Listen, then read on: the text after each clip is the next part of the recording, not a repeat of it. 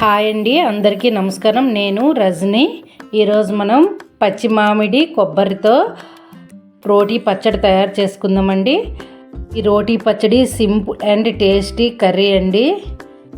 అన్నంలోకైనా అలానే రోటీలోకైనా ఇడ్లీకైనా చాలా టేస్టీ అయిన రెసిపీ అండి. మనం పచ్చి కొబ్బరిని తీసుకుంటామండి. అది హాఫ్ ముక్క, ఆ ముక్కకేమో అలాంటి మామిడికాయ అయితే కరెక్ట్గా సరిపడుతుందండి. అది తొక్క తీసేసి ఇలా ముక్కలు చేసుకుని పక్కన పెట్టుకోవాలండి.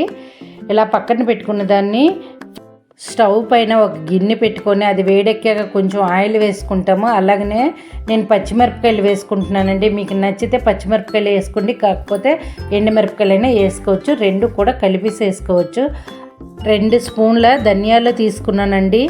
ఈ ధనియాలు ఈ మిరపకాయలు వేగిన తర్వాత అవి సైడ్కి తీసుకుంటాము.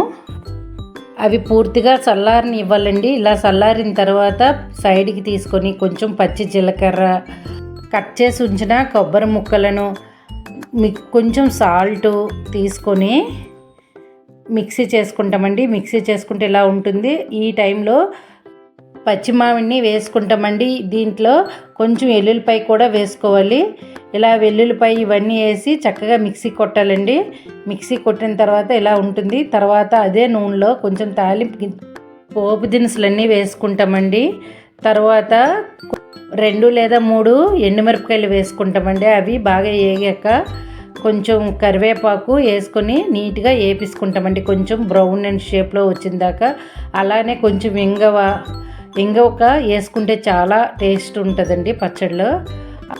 అలానే మనం ముందుగా గ్రైండ్ చేసుకున్న పచ్చడిని కళాయిలో వేసుకుంటామండి. ఇలా కళాయిలో వేసుకున్న తర్వాత కొంచెం పసుపు కూడా వేసుకొని మొత్తం కలుపుకోవాలండి. ఒక 5 నిమిషాలు అలా కలుపుకుంటే పచ్చడి చాలా టేస్ట్గా ఉంటుంది.